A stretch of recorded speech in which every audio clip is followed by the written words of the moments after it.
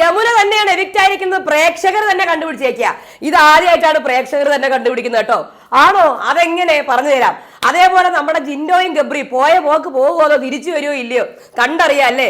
നമുക്ക് നോക്കാം. എല്ലാവർക്കും നമസ്കാരം. ഞാൻ നിങ്ങളുടെ സ്വന്തം രേവതി. വീഡിയോ ആദ്യമായിട്ട് കാണാൻ ചാനൽ സബ്സ്ക്രൈബ് ചെയ്യണം, ലൈക്ക് ചെയ്യണം, കമന്റ് ചെയ്യണം. അപ്പോൾ നമ്മുടെ പ്രൊമോ വന്നായിരുന്നു. അപ്പം ഞാൻ പറഞ്ഞായിരുന്നില്ലേ പ്രൊമോ കാര്യങ്ങളൊക്കെ. അപ്പോൾ ഒരാൾ എന്തായാലും എവിക്റ്റ് ആവും. എവിക്റ്റ് ആവുന്നത് യമുനയോ ഋഷിയോ അതേപോലെ ആരാണ് നോറയോ. പക്ഷേ പ്രൊമോയ്ക്കകത്ത് ക്ലിയർ ആയിട്ട് കാണിക്കുന്നുണ്ട് ആരാണ് എവിക്റ്റ് ആവുന്നത്. ഞാൻ പറഞ്ഞില്ലേ യമുനയാണ് ചാൻസ് കൂടുതലെന്ന്. അപ്പോൾ പ്രേക്ഷകർ പറയുന്നത് യമുന തന്നെയാണ് എന്ന്. യമുന തന്നെയാണ്, യാതൊരു ഇതും ഇല്ല. അതിനകത്ത് ക്ലിയർ ആയിട്ട് കാണാൻ പറ്റും. നടുക്ക് യമുനയാണ് നിൽക്കുന്നത്. യമുനയുടെ കൈ ചുവന്ന് വരുന്നുണ്ട്. അതുപോലെ തന്നെ ജാൻമണി അവിടെ കിടന്ന് ഭയങ്കര കരച്ചിലാണ്, തലയിലൊക്കെ ഇടിച്ചാ കരയുന്നത്. ആ കരച്ചിലൂടെ തന്നെ നമുക്ക് മനസ്സിലാക്കാം കരച്ചിലിൻ്റെ സൈഡിൽ യമുനയുടെ കൈയും കാണാം, ഡ്രസ്സും കാണാം, മുഖം മാത്രം കട്ട് ചെയ്തിട്ടുണ്ട്. അപ്പോൾ ക്ലിയർ കട്ടായിട്ട് യമുനയാണ് ആ ഒരു എവിക്ഷൻ പ്രോസസ്സിൽ നിന്ന് പുറത്ത് പോയിരിക്കുന്നത് കാണാം. ഇനി പുറത്താവോ ഇല്ലെന്ന് അറിഞ്ഞൂടാ, പുറത്ത് പോയിരിക്കുന്നത്, അതായത് ചുവന്ന കളർ കൈയായിട്ട് വന്നേക്കുന്നത് യമുനയാണ്. അത് നമുക്ക് ഉറപ്പിക്കാം.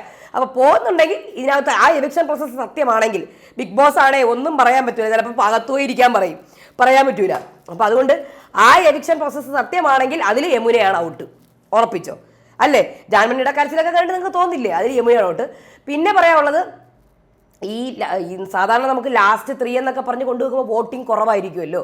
അപ്പം നോറയും ഋഷിക്ക്, നോറയല്ല ഋഷിക്ക് വലിയൊരു അടിയായിരിക്കും ഇത് കാണുമ്പം. കാര്യം ഋഷിയൊക്കെ കുറച്ചും കൂടെ കൂടുതൽ പ്രതീക്ഷിച്ചിട്ടുണ്ടാവും വോട്ടിംഗ് ഒക്കെ. അല്ല, ബിക്കോസ് ജാസ്മിനെക്കാട്ടിയും ഗബ്രിയെക്കാട്ടിയും ഒക്കെ വോട്ട് കുറവോ. ഗബ്രിയെ ഓൾറെഡി ഇപ്പം ആയി. അത് ഞാൻ പറയുന്നത് വോട്ടിങ്ങിൻ്റെ കാര്യത്തിൽ ഇത്രയും കുറവോ എന്നൊക്കെ ഉള്ളത് ഋഷിക്ക് ഉള്ള ഒരു ടെൻഷൻ ഉണ്ടാവാം ഇത് കഴിഞ്ഞ ശേഷം. ഇനി അടുത്ത് ജിൻഡോയും ഗബ്രിയുടെയും കാര്യം. ഭയങ്കരമായ ഒരു കോളിലൊക്കെ ആണല്ലേ വന്നേക്കുന്നത് ആ ഒരു പ്രൊമോയിൽ നിന്ന് തന്നെ.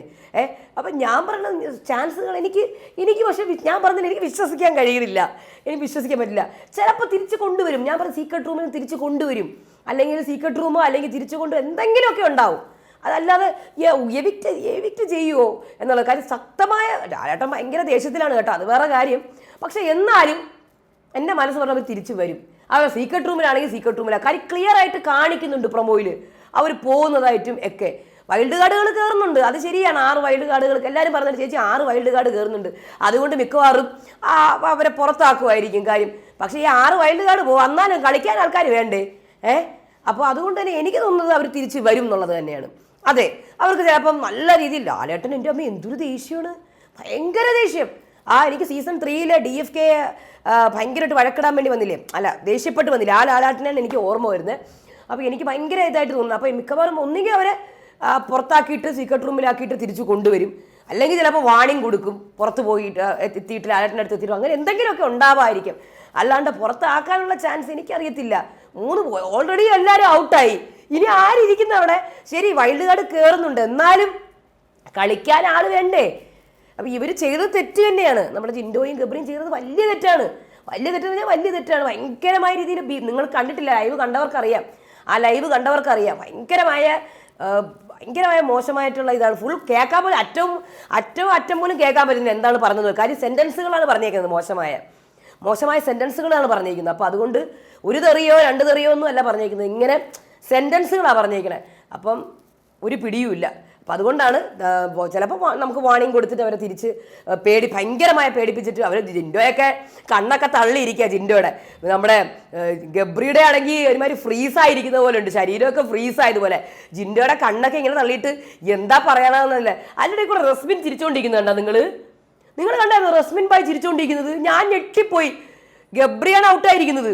അതോ ഇനി ജിൻഡോ പോകുന്ന സന്തോഷമാണോ എന്നും പറഞ്ഞൂടാ. റസ്മിൻ 32 വല്യം കാണിച്ച് ഇങ്ങനെ പോയിട്ട് വാ ഗബ്രി, പോയിട്ട് വാ എന്നുള്ള രീതിയിൽ നിൽക്കുന്നുണ്ട്. ഞാൻ അന്തം വിട്ട് മിക്കവാറും എനിക്കൊന്ന് ജിൻഡോ പോകും. സമാധാനത്തിലാണോ എന്ന് അറിയില്ല.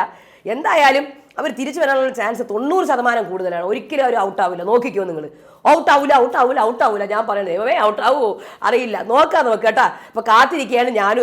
ഇന്നത്തെ എപ്പിസോഡിന് വേണ്ടി കട്ട വെയിറ്റിംഗ് ആണ് കേട്ടോ, കട്ട വെയിറ്റിംഗ്. നമുക്ക് നോക്കാം. അടുത്ത റിവ്യൂ ആയിട്ട് വരാം. അതുവരേക്കും ബൈ.